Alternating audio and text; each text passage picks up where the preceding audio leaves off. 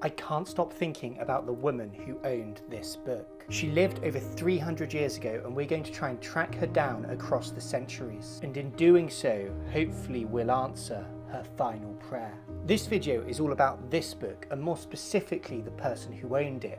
I acquired it last week, and every day since I've been obsessing over who she was and have scoured libraries and archives to try and track her down. So today you're going to come with me on that journey as we try to answer the question, who was Mary Taylor? This book isn't much to look at, but 360 years ago it would have been the height of luxury. It's your one-stop shop English devotional book of the 17th century, and it's divided into 3 parts. In the middle here, the largest section, you have the Bible in English, an Old and New Testament printed by John Bill and Christopher Barker in 1661. Before this, at the front, you have a Book of Common Prayer, also printed by John Bill and Christopher Barker, and you can see here that they are printers to His Most Excellent Majesty 1660, because this was printed in the year of the restoration of the monarchy. And at the back here you have a Book of Psalms, which was printed for the Stationers' Company in 1663. So on the inside this appears to be a very normal book, your standard prayer book, Bible and Psalms of the mid-17th century. But let's for a moment move from the inside of the book to the outside, and looking at it you might not think it's much to look at, and that's exactly how it was described to me before I bought it. You can see it's missing one of these clasps, it's got a chunk out of the upper cover, some of the surface of the leather has worn away, and the gilt has worn away as well. The spine is just as worn, with this makeshift repair sticking out of it, and the back cover, well, it's not much better. But this once would have been a very different object. You would have had both clasps still present and gleaming, and these page edges, which now look dull, will have been gold with gilt all the way round. And where the leather now looks brown and drab, it would have originally been red, with the gilt decoration on top of it sparkling against that background. And not only that, 2 things would have stood out more proudly and more gleamingly than anything else. These 2 initials, MT, on the spine. So this wouldn't have been your normal plain 17th century binding. This was something more luxurious and would have been one of the most treasured possessions of its original owner, MT. And if we want to start getting to know who MT might have been, we'll have to look inside. When we do, we see another flaw. The front free end paper, the marbled twin of this paste down, is missing, and so instead we are immediately greeted by Mary Taylor. It's a page filled with her inscriptions, and they start normally enough with Mary Taylor, her book, 1695, in a bold hand staking her claim on the book. Below it we have an inscription from the following year, Mrs. Mary Taylor, when this you see, remember me, 1696, and this couplet is repeated in the line below, and then we have Mary, and then at the bottom of the page, Madam Mary Taylor, her book, June 10th day, 1705. So on this single page, the first thing we see when we open this book, we have 5 inscriptions, all apparently from the same person, although all with very experimental handwriting. And in the middle of the page, this repeated imposition, when this you see, remember me. But this isn't the end of Mary Taylor's contributions. Over the page we have a manuscript prayer that takes up the whole leaf, which begins, immediately after you take your seat in church, you may pray this. But opposite, we have yet more inscriptions from Mary Taylor. At the top, we repeat the final inscription of the following page, Mary Taylor, her book, June 10th day, 1705. And at the bottom, we have another inscription that's written upside down. And this says, Mrs. Mary Taylor, when this you see, remember me, Anno Dom 1696, with this imposition to remember her, now taking on almost a begging tone. And it's a tone that seems even more desperate when we turn over the page and we see the exact same prescription repeated again opposite the opening of the Book of Common Prayer.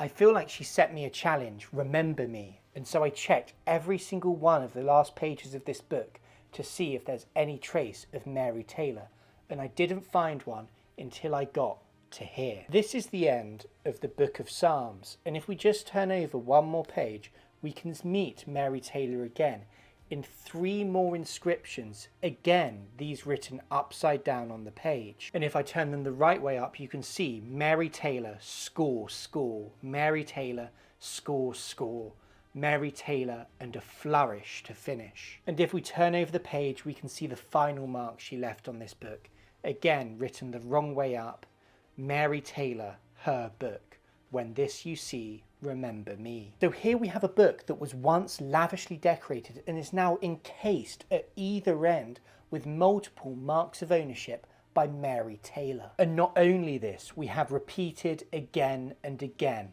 written the right way up and the wrong way up, written at the front of the book and the back of the book, written so that anybody who happens to pick this up cannot miss it. A plea from the past.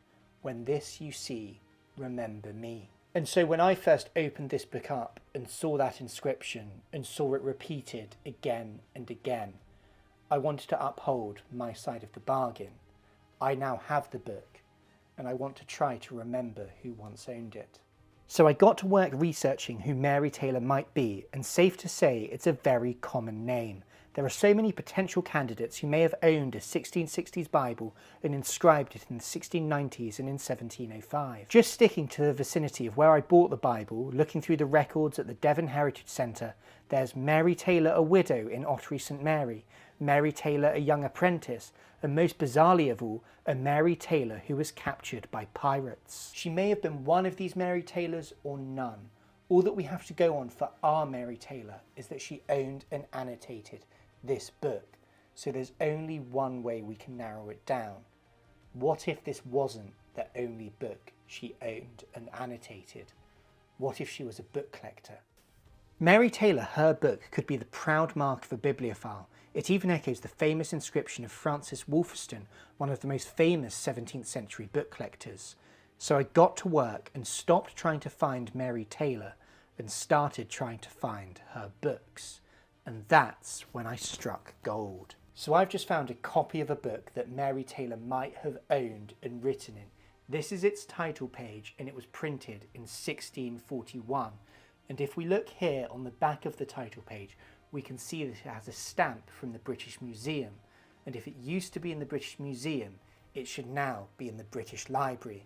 So tomorrow we'll go there and have a look at it. Hey everyone, it's the next morning, so today we're going to head to the British Library and see if we can find another one of Mary Taylor's books. We didn't get off to a very good start because that's my train and I'm not on it, so I had to drive from the village railway station to the nearest main one and set off towards London through the rain. While I was seeing my journey, I thought it was worth letting you know that what I'm doing today, going to see a rare book at the British Library, is something anyone can do. You can contact them in advance to make sure the book you want to see is available, and then when you reach the library, you can go to the reader registration office, and there, if you have some ID, they will issue you with a free reader's pass. Then you just have to fill out this paper slip with the details of the book that you want, and they will go and get it for you. It can take about an hour for the book to be ready for you, so I use this time to see the library's new exhibition, Beyond the Baseline, a 500-year history of black music in Britain, starting with one of Henry VIII's favourite trumpeters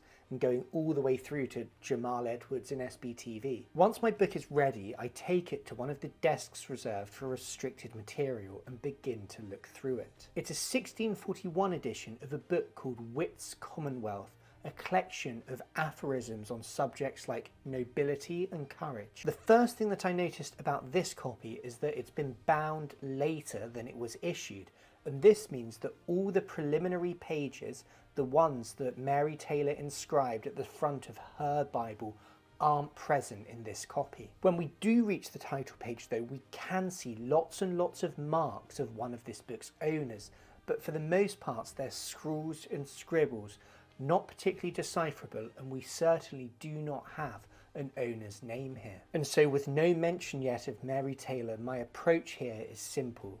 I'm going to go through this book page by page, taking a note of what I see, and hopefully we'll find some traces of her. As we do so, we can see some odd squiggles and indistinct faded notes, although this one here does remind me somewhat of the prayer written inside her Bible. But after hundreds and hundreds of pages, we finally find something. in the margins of page 378, we can see an inscription, a familiar one, Mary Taylor, her book. And that K of book is then repeated and practiced all across these double page spread. And I would say that her handwriting here does closely resemble one of the 1696 inscriptions in her Bible. As we move towards the back of the book, we see more and more inscriptions and annotations. And when we reach the final leaves, they totally cover the pages. And not only this, they're written upside down, just like in Mary's Bible. But on these pages, we don't see Mary Taylor's name repeated. Instead, we see traces of other names and maybe other owners. There's a John, a Dorothy and a Robert. And we have other notes too, written both across the page and down it, and written on top of each other and on top of each other again, making deciphering them nearly impossible. So what do we now know of Mary Taylor?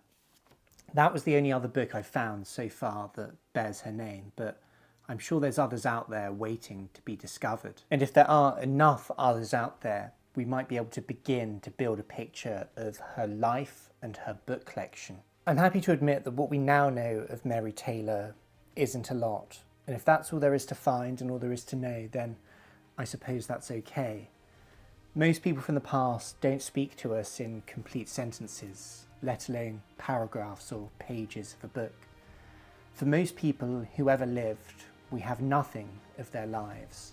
For those who did leave something, what we have is fragmentary, incomplete, like whispers on the wind. So for Mary Taylor then, we have these two books that we've looked at today, and a wish repeated again and again, perhaps with the same anxiety about mortality that you and I feel. If this you see, remember me.